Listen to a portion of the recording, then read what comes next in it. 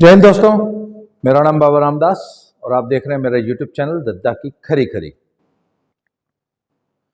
अब पंजाब के एक ब्यूरोक्रेट हुए हैं, नाम है उनका रमेश इंदर सिंह। उनका परिचय ये है कि वो 80 के दशक में जब पंजाब आतंकवाद से झुलस रहा था तो उन दिनों वो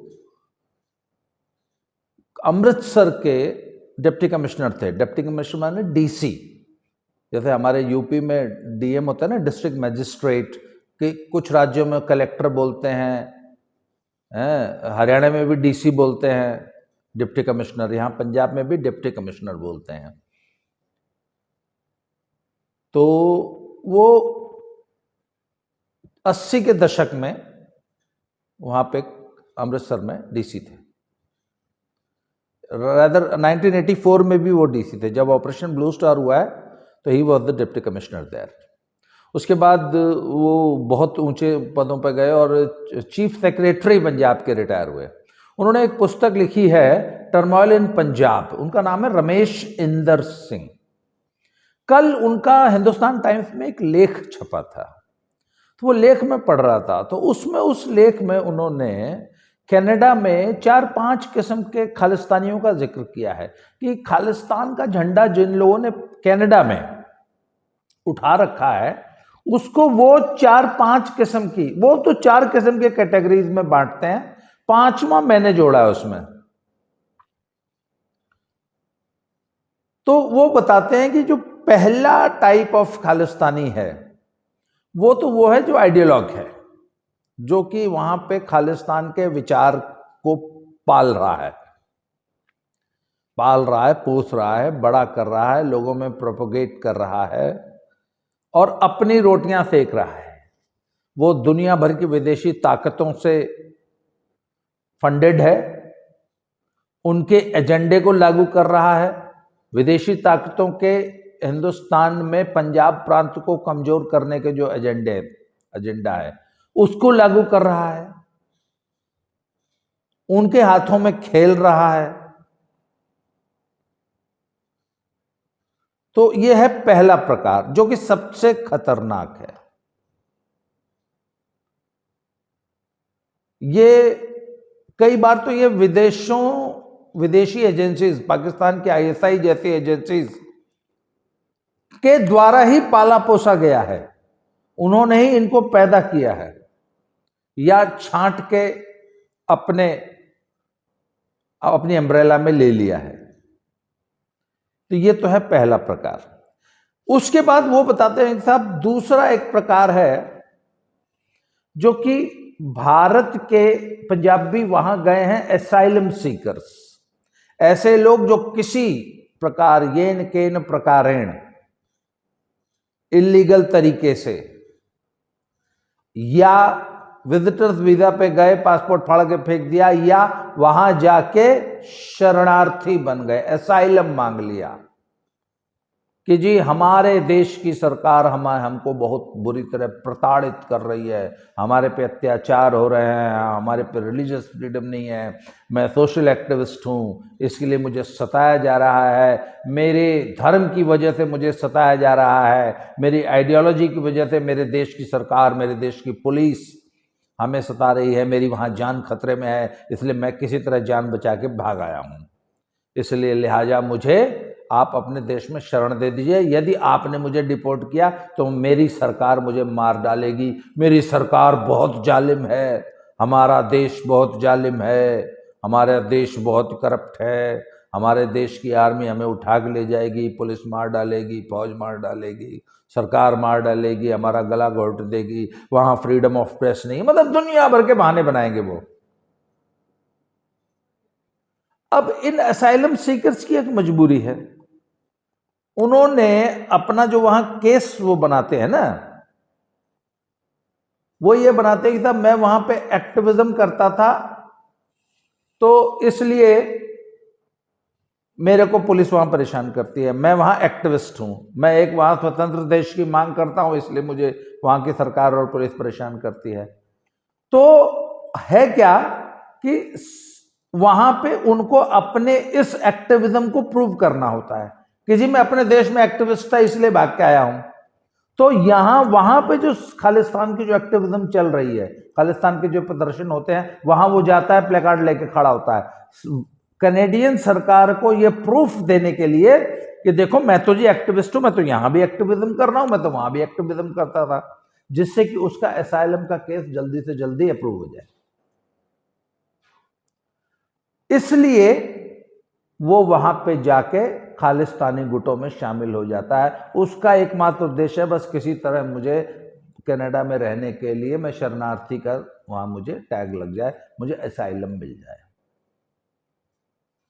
वो अंदर से खालिस्तानी नहीं होता, पर उसकी मजबूरी है वहां पे खालिस्तानी एक्टिविज्म करना, जिससे कि सरकार फिर वो फोटोग्राफ खींचता है, वहां की वीडियो अपनी बनवाता है कि देखो जी वहां पे जब प्रदर्शन हो रहा था तब मैंने वहां पे खालिस्तान के फेवर में नारे लगाए, वहां मैंने ये किया, वहां मैंने ये किया, यही सब मैं इंडिया में भी करता था, इसलिए अब मुझे एसाइलम दे दो, शरण दे दो, मैं शरणार्थी बन जाऊं, मुझे डिपोर्ट मत करो, मुझे यहाँ वर्क परमिट मिल जाए जिससे मैं यहाँ काम कर सकूं।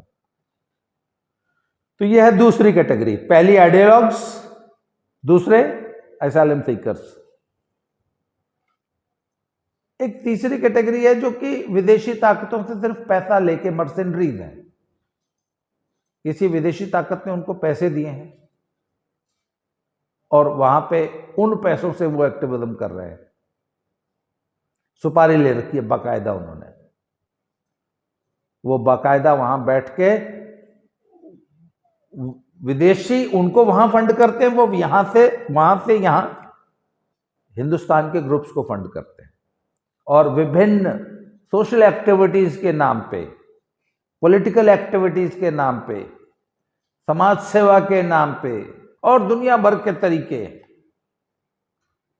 जो है वो भारत में उस पैसे से जो कि उनको विदेशी किसी एजेंसी से, जॉर्ज सोरोस जैसे लोगों से, आईएसआई से और भी दुनिया भर की इंटरनेशनल एजेंसीज हैं जो भारत में अस्थिरता फैलाने के लिए, भारत को कमजोर करने के लिए यहां पैसा भेजना चाहती हैं, पर माध्यम वहां पे उनकी एक कोई फ्रंटल ऑर्गेनाइजेशन है। मैं ऐसी बहुत सारी, मैं नाम नहीं लेना चाहता उनका, ऐसी बहुत सारी हैं जो हर जगह जगह लंगर लगाएंगी, कहीं बाढ़ आ जाएगी तो तुरंत वहां पे राहत सामग्री लेके पहुंच जाएंगी, तुरंत पता लगा बाढ़ आई नहीं, एक घंटे में उनका शिविर वहां लग जाएगा, कहीं कोई बात हो जाएगी तुरंत उनका लंगर वहां बन के पहुंच जाएगा, परंतु उनके एजेंडा कहीं और से गवर्न हो रहे हैं। एक ये भी कैटेगरी, ये ऊपर से इनका एजेंडा कुछ और दिखाई देता है, परंतु अंदर से ये कुछ और ही अंदर अंदर अंदर अंदर अंदर खाते इनका बहुत कुछ चल रहा होता है। ये हिंदुस्तान की तमाम मतलब डिस्ट्रक्टिव फोर्सेस के साथ ये अंदर अंदर मिले होते हैं। एक चौथा है sir, gangster, mafia, drug peddler. अब अच्छा, गैंगस्टर जितने भी है वो हिंदुस्तान से फरार होके वहां गए, टेररिस्ट जितने भी हैं हिंदुस्तान में सब वांटेड क्रिमिनल्स हैं, किसी न किसी तरीके से फर्जी पासपोर्ट बनवा के, फर्जी कागजात बनवा के 8 कंट्रीज से घूमते हुए इधर से उधर से कैसे भी कनाडा में पहुंच गए। हरदीप सिंह निज्जर जैसे, गोल्डी बरार जैसे और दुनिया भर के ऐसे सैकड़ों मिल जाएंगे आपको। वहां पे बैठ के अपना गैंग चला रहे, अपने सारे क्रिमिनल एक्टिविटीज चला रहे हैं। गोल्डी बरार क्या है, वहां बैठ के यहाँ सारी किलिंग्स चलाता है। सिद्धू मूसेवाले की किलिंग हुई, वहां से पता लगा गोल्डी बरार ने जो है हुक्म दिया था, वो खुद क्लेम करते हैं, इसमें तो आरोप लगाने की भी जरूरत नहीं, खुद क्लेम कर रहे हैं। ऐसे बहुत सारे गैंग्स हैं। उसके अलावा इनका जो अवैध कारोबार है ड्रग्स का और दुनिया भर के जो अवैध कारोबार है, जैसे इमिग्रेशन, इलीगल इमिग्रेशन एक बहुत बड़ा कारोबार, वहां से बैठ के ये कबड्डी लीग्स को कंट्रोल करते हैं, वहां से बैठ के ये पंजाबी म्यूजिक इंडस्ट्री को कंट्रोल करते हैं। सबसे बड़ा कारोबार जो है इस वक्त वो इलीगल इमिग्रेशन का है। आपको मालूम है ये जो पन्नू है, ये Gurpatwant Singh Pannu, he is an immigration lawyer. एक इमिग्रेशन लॉयर की एक केस की फीस $10-20-50 हज़ार होती है। अभी वो जो 700 बच्चे जिनके ऊपर डिपोर्टेशन की तलवार लटक रही है, जो कि एक फर्जी कागज के बल पे जो है वहां पे जाकर जिन्होंने एडमिशन लिया था, वो 5-6 साल पुराना केस है, परंतु अब उनको कनाडा सरकार बोलती है हम डिपोर्ट कर देंगे। उन 700 बच्चों को, उनको दोबारा उनकी अपनी फाइल लगानी है, उनको दोबारा अपना वहां केस लड़ना है, अपना रिप्रेजेंटेशन देना है, तो वहां इमिग्रेशन लॉयर है। और इमिग्रेशन आज के तारीख में legal and illegal both type of immigration is the huge industry. इसमें खालिस्तानियों का बहुत बड़ा दखल है। वहां पे जब इलीगल इमिग्रेंट या इवन इंटरनेशनल स्टूडेंट जाता है तो उसको सहारा देना, उसको सहयोग करना। वो बेचारा वैसे ही डिप्रेस्ड होता है, भूखा मर रहा होता है, उसके पास रहने के लिए जगह नहीं है, तो बोले चल तू रहने के लिए जगह अपनी किसी तरह जुगाड़ ले, 10 लड़के एक साथ रह लो, खाना हमारा हम तुम्हें खिला देंगे, लंगरों गुरुद्वारों में लंगर छको। ये एक 5वीं कैटेगरी है, गुरुद्वारे में खाना खिला के उनका रेडिकलाइजेशन। लड़का है यहाँ से गया तो उसको गुरुद्वारे में जाके जो है कम से कम पेट भर खाना मिल जाता है। अब तू रोज गुरुद्वारे में खाता है, फिर एक दिन वो कहते हैं कि कल वहाँ जाना है, वहाँ प्ले कार्ड लेके खड़ा होना है, वहाँ प्रदर्शन करना है, हिंदुस्तान आया है के नारे लेना है, हिंदुस्तान का झंडा जलाना है। बोला चलो जी हाँ। अरे यार जो रोज तुम्हें खाना खिला रहा है उसके लिए इतना भी नहीं करोगे? तो साहब एक ये 5वीं कैटेगरी है, लंगर छकने वाली। चूंकि लंगर छकते हैं इसलिए उनका कहना मानना मजबूरी है। अच्छा, जो लंगर छकते हैं उनको वो सबसे पहले बोलते हैं कि भैया आप लंगर गुरुद्वारे में आते हो, लंगर छकते हो तो थोड़ी दाढ़ी बाल बढ़ा लो, ये तो बाल दाढ़ी बाल कटे हुए होते हैं, तो वहाँ जाते हैं इसलिए दाढ़ी बाल। मैंने बहुत सारे लड़कों को देखा है जो यहाँ पे जो है वो क्या नाम केश उन्होंने कटा रखे थे, पर वहाँ जाए तो केश बढ़ा लिए। तो मैंने पूछा ऐसा क्या हो गया? बोले वहाँ ये मजबूरियाँ। सब नहीं करते ऐसा, मैं नहीं कह रहा हूँ सब करते हैं, पर एक वर्ग ये भी है जो इन मजबूरियों में वहां खालिस्तान का प्लेकार्ड लेके खड़ा होता है। अब परंतु ये सारे के सारे they have a soft corner for Justin Trudeau. Justin Trudeau के लिए क्या है? उसको एक बना बनाया वोट बैंक मिला हुआ है, एक पार्टी ऐसी मिली हुई है जो उसको सपोर्ट कर रही है। उस पार्टी को भी एक ऐसी सरकार चाहिए जो उसके एजेंडा को, उसके बिजनेस को सपोर्ट करती रहे। अच्छा, ये जितने भी ये गैंगस्टर्स और वो आइडियोलॉग्स थे ना, पहली और तीसरी कैटेगरी वाले, इनका एक और है कि ये इन्होंने वहां पे अपने अपने गुरुद्वारे बना रखे हैं या गुरुद्वारों पे कंट्रोल हासिल कर लिया है। उन गुरुद्वारों के माध्यम से इनको बहुत मोटी फंडिंग आती है, बहुत मोटा चढ़ावा मिलता है। उस चढ़ावे को ये अपने निजी फायदों के लिए, प्लस कुछ ज्यादा तो वो निजी फायदों के लिए उसका मिसयूज कर रहे हैं, परंतु कुछ पैसा या कुछ फंड्स इनएक्ट, क्योंकि वो खालिस्तान के आइडियोलॉजी को प्रोपोगेट करने के नाम पे ही लोगों से फंडिंग लेते हैं। मुझे तो कल परसों मुझे एक व्यक्ति ने बताया कि वहां के स्टूडेंट्स को बोला कि हर महीने तुमको $50 देना है पंथ के नाम पर।